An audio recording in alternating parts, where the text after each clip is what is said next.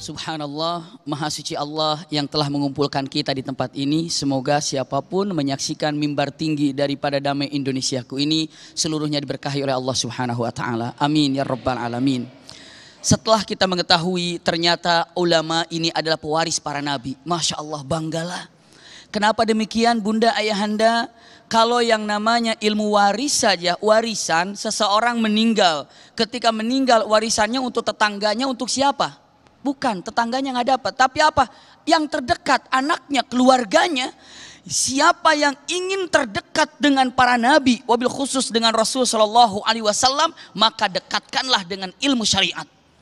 Iya, sampai para alim ulama mengatakan yang terdekat manzilah, tempat entar di akhirat atau nanti di akhirat, yang terdekat adalah para alim ulama. Ulama lebih tinggi derajatnya daripada agnia, betul? Ulama lebih tinggi derajatnya daripada umaro. Ya, kenapa demikian? Beberapa ulama dengan mengatakan apabila di situ disebutkan umaro, ulama ikut di dalamnya. Apabila disebutkan ulama, umaro belum tentu ikut di dalamnya.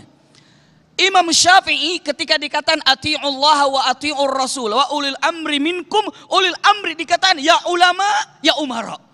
Umaro, ulama di situ ikut. Tapi kalau sudah dikatakan ulama, umaro tidak ikut. Kenapa? Karena saking pentingnya ulama ini luar biasa. Tinggi derajatnya, tinggi. Kenapa? Orang kaya bisa turun naik bisnisnya. Ada yang tadinya kaya lalu sekarang miskin, ada. Ada yang tadinya miskin jadi kaya, ada. Terus miskin lagi, ada. Ada yang tadinya menjabat terus jadi tidak pejabat, ada. Yang tadinya pejabat jadi pejabat, ada. Yang namanya kaya turun naik, yang namanya pejabat turun naik. Ulama ada pensiunan ulama? Tidak.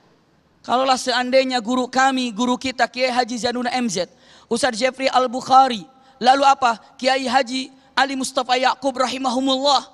Kalau mereka masih ada saat sekarang ini, kira-kira mereka masih bertausiah apa tidak?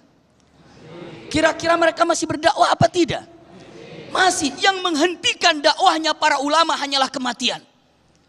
Yang menghentikan dakwahnya ulama adalah kematian. Karena kematian itu milik Allah Subhanahu wa Ta'ala, maka tidak ada yang ditakuti kecuali Allah Subhanahu wa Ta'ala. Karena urusan dakwah itu adalah urusan yang namanya Allah Subhanahu wa Ta'ala. Punten, dakwah bukan pilihan, tapi dakwah adalah kewajiban. Kadang-kadang suka ada yang bertanya, kenapa Anda memilih jalan dakwah? Bukan pilihan dakwah itu, tapi kewajiban. Kenapa misalnya ibu bapak ditanya, kenapa Anda memilih sholat daripada duduk? Oh, pertanyaan salah. Sholat bukan pilihan, tapi sholat adalah kewajiban. Subhanallah. Usikum wa iyaya nafsi bitaqwallah.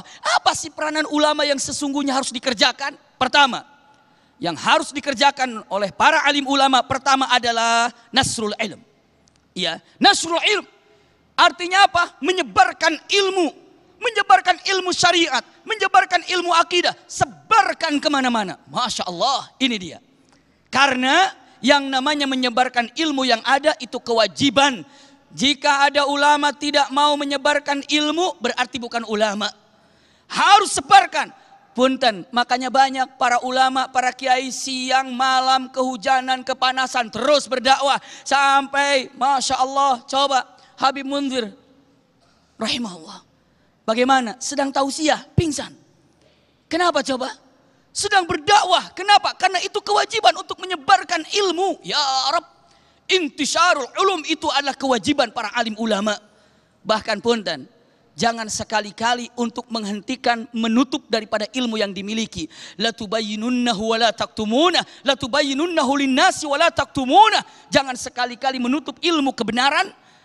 Kalau siapapun yang menghentikan kebenaran yang ada, hak katakan hak, batil katakan batil. Apabila menutupi kebenaran itu dengan berbagai macam cara, Al-Quran mengatakan yal'anuhumullah wa yal'anuhumul la'inun, maka dia akan dilaknat oleh Allah Subhanahu wa Ta'ala walaupun mereknya ulama, walaupun judulnya ulama, tapi ditutup tentang kebenaran. Apa yang terjadi? Yal'anuhumullah wa yal'anuhumul la'inun, dilaknat oleh Allah dan dilaknat oleh siapapun yang dapat melaknatnya. Satu, harus disampaikan. Yang kedua, para ulama mengatakan tugas dari para ulama, satu, disampaikan. Yang kedua, Masya Allah, qiyadah alal ummah fi kullil mawaqif. Menjadi pemimpin bagi umat di dalam segala hal.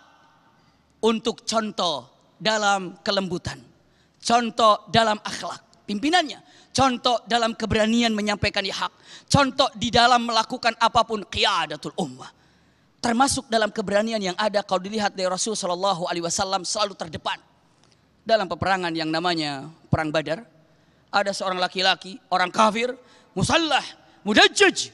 Dia dengan subhanallah baju besi yang terbuka hanya dengan matanya saja, helm besi. Lalu dia dengan tombak yang panjang, enak sekali tinggal tusuk-tusuk kepada orang yang mukmin. Rasulullah melihat orang yang bahaya, lihat keberaniannya Rasulullah.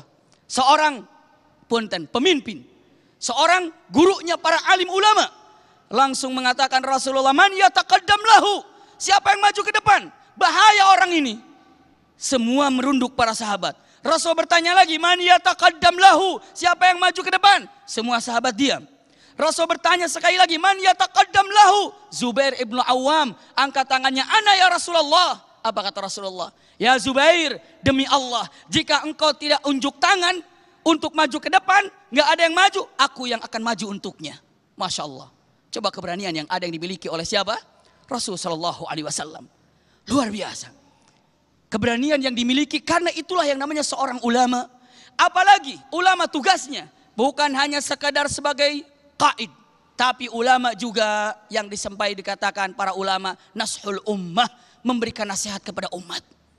Memberikan nasihat perdamaian, memberikan nasihat kecintaan dengan lemah lembut, dengan keindahannya. Ya, terutama sekarang, punten. Sekarang ini astagfirullah, bola ghibah itu bergulir dengan cepatnya. Siapapun yang menayangkan apapun yang membuat resah bagi bangsa ini, bertanggung jawab di hadapan Allah Subhanahu wa taala.